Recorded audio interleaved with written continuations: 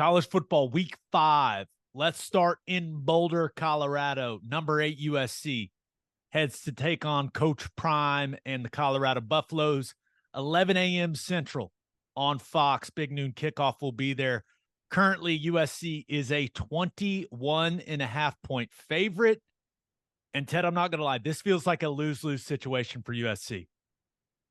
Everyone expecting them to go completely destroy Colorado after what Oregon did to them. And then you've got the USC defense situation. They got to start showing some improvement, right? I mean, they absolutely have to.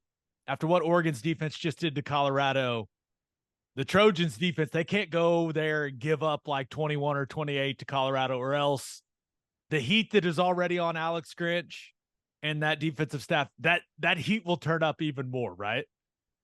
Yeah. And, unfortunately for them, I think some of the stuff that Colorado does and some of the stuff that you see is likely to give them some issues, maybe some explosive plays here and there and hit on some stuff. I expect USC to go in there and handle this game fairly easily, but I do think that Colorado's probably going to put up some points.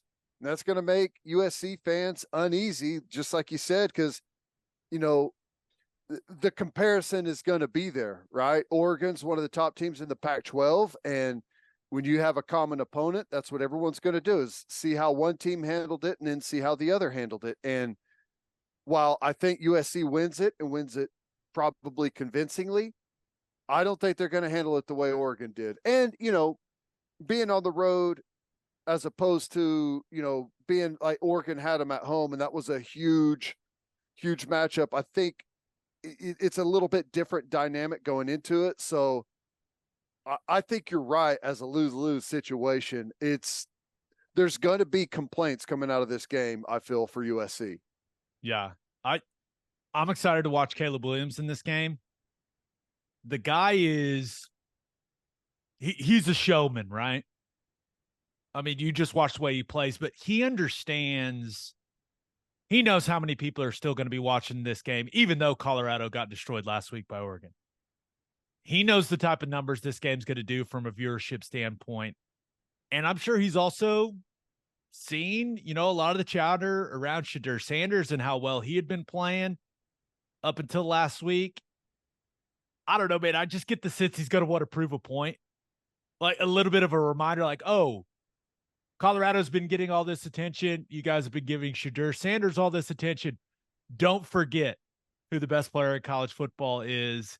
And I don't know. I just feel like he's going to put on an absolute show. And I would assume Zachariah Branch is going to be a big part of that show because that dude is an electric factory. My goodness. Yeah, he is. USC goes as Caleb Williams goes. And it does feel like at times with him, like the bigger the stage, the better he is. And this may be that game where he absolutely shows out. I mean, he's going to do some unbelievable stuff. He always does. But yeah, he's going to have that extra motivation in this game. And typically that plays really well for him. That's like, he's a spotlight guy. Yeah, no doubt. Now, there's also the Colorado side of things. Like, what's that team look like after what happened to them a week ago, right? What type of fight do they show? Because adversity has now struck, right? Are they a front runner type of group? Or does Coach Prime have enough guys made of the right stuff to come out and battle their asses off against a team that's better than them and more talented than them?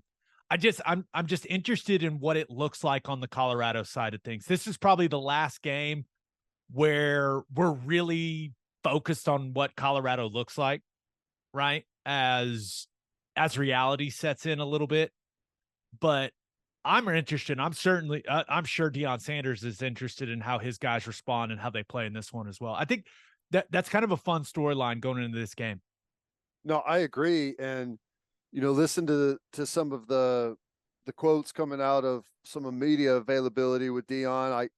I like the mindset and I kind of like where he's at. And he's he's going to crank the pressure up on his guys, it sounds like. And, it sounds like they are maybe some of their more talented players.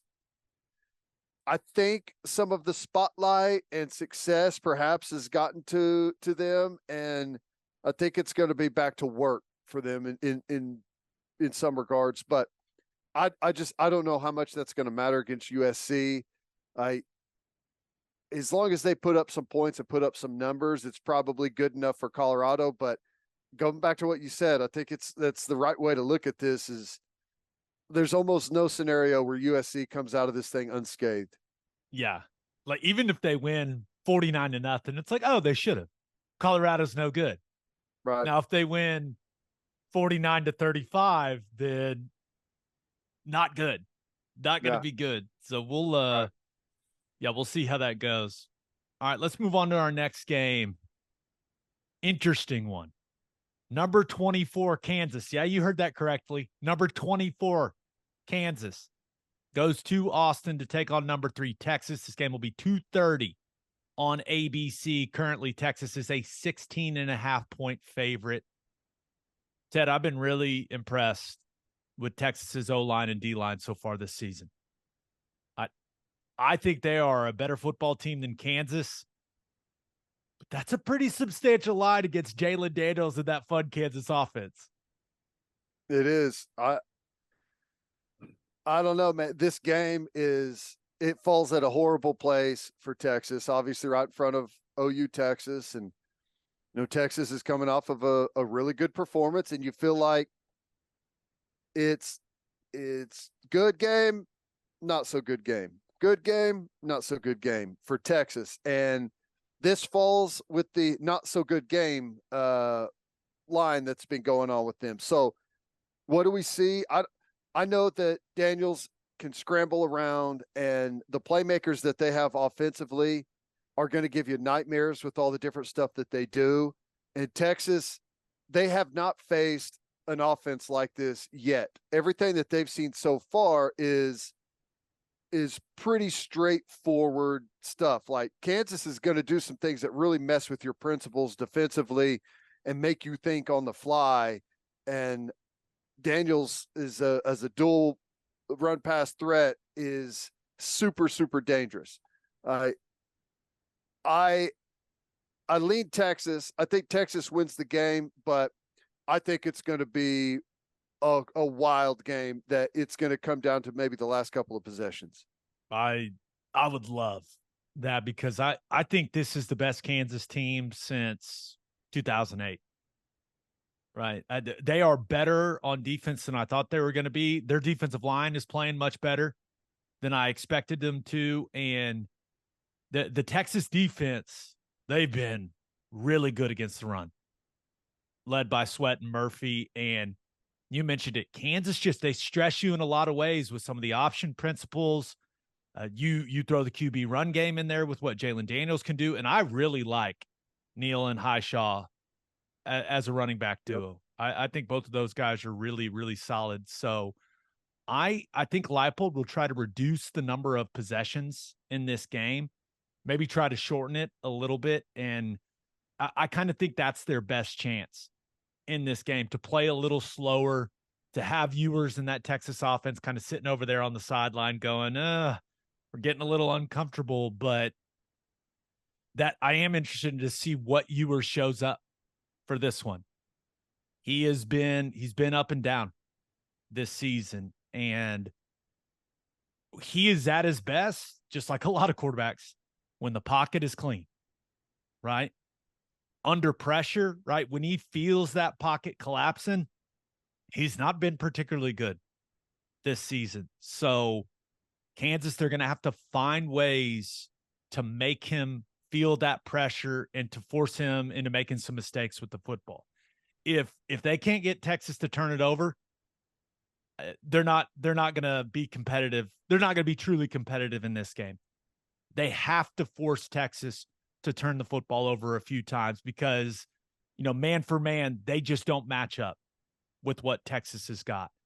But we'll see. A big part of me thinks Texas is just going to overwhelm them at the line of scrimmage, and win big and hopefully set up a massive game next weekend in Dallas. But I don't like doubting the Jayhawks, man. I love Leipold. I love Jalen Daniels. I love that they're relevant again. It's awesome. But I don't know. Maybe this one is interesting. Well, I think that these two programs look at this game differently.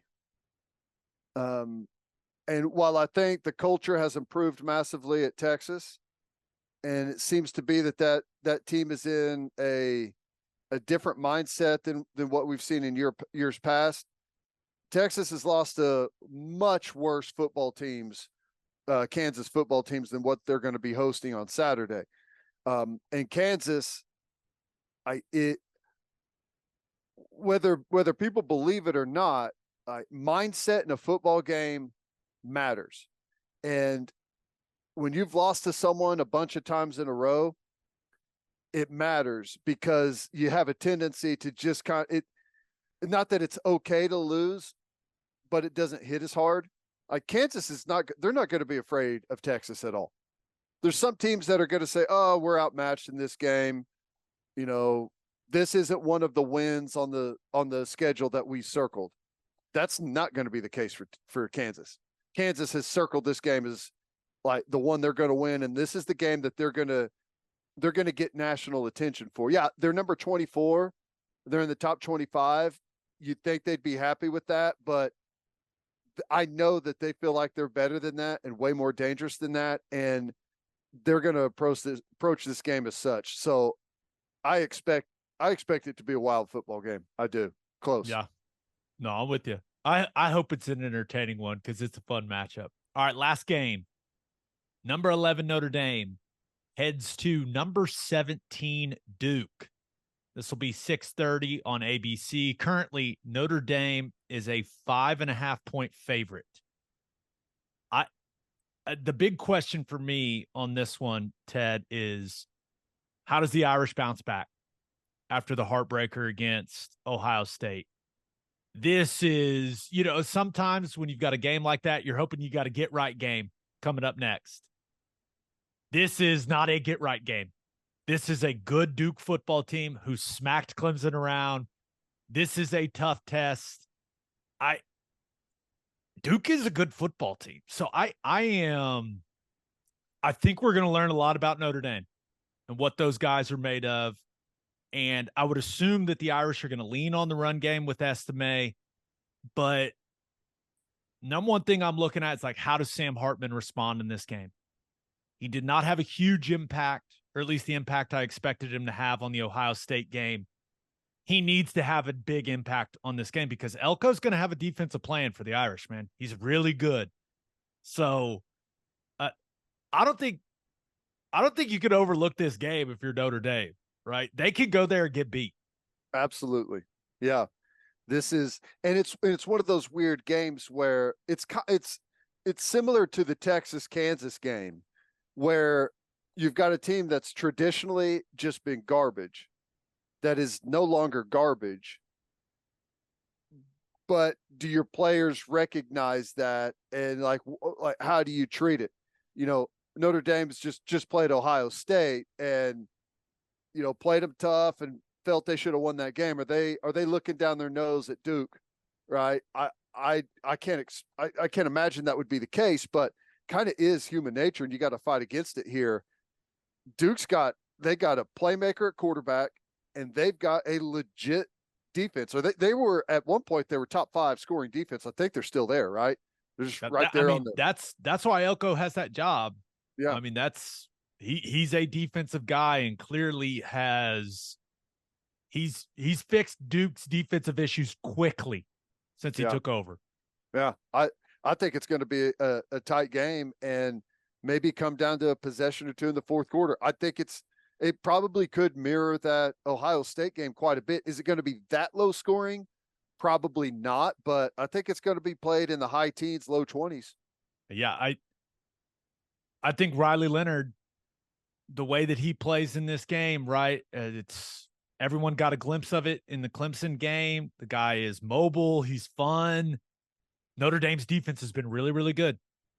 But if Leonard can find some success, I mean, he could end up being the story of this football game when it's all said and done. It's like everyone's talking about how legit he is, but I like Notre Dame to win the game. But I think Duke's going to make it difficult as hell on them. If this game doesn't come down to the last couple of possessions in the fourth quarter, I'm going to be pretty surprised, because one does not simply walk into a packed Wallace Wade Stadium and walk out with a double-digit win anymore, Ted. Not on Mike Elko's watch, baby. Oh, it's funny. It's funny, but it's true. It's true. It's wild to think about, isn't it? Like, all of a sudden, we've got a couple of basketball teams showing what they've got, top 25 football, and really have hardly been there at all, really not been there at all over, a long, long time. So it's fun. You got North Carolina, Duke, and Kansas. They got three of the best quarterbacks in the country. And Kentucky. Kentucky's undefeated too. Kentucky. There you go. It's wild, isn't it? How about that? The Blue Bloods of basketball having themselves some football success. Who's next? Villanova, UConn? No, I've seen Villanova play. They're not next. They're not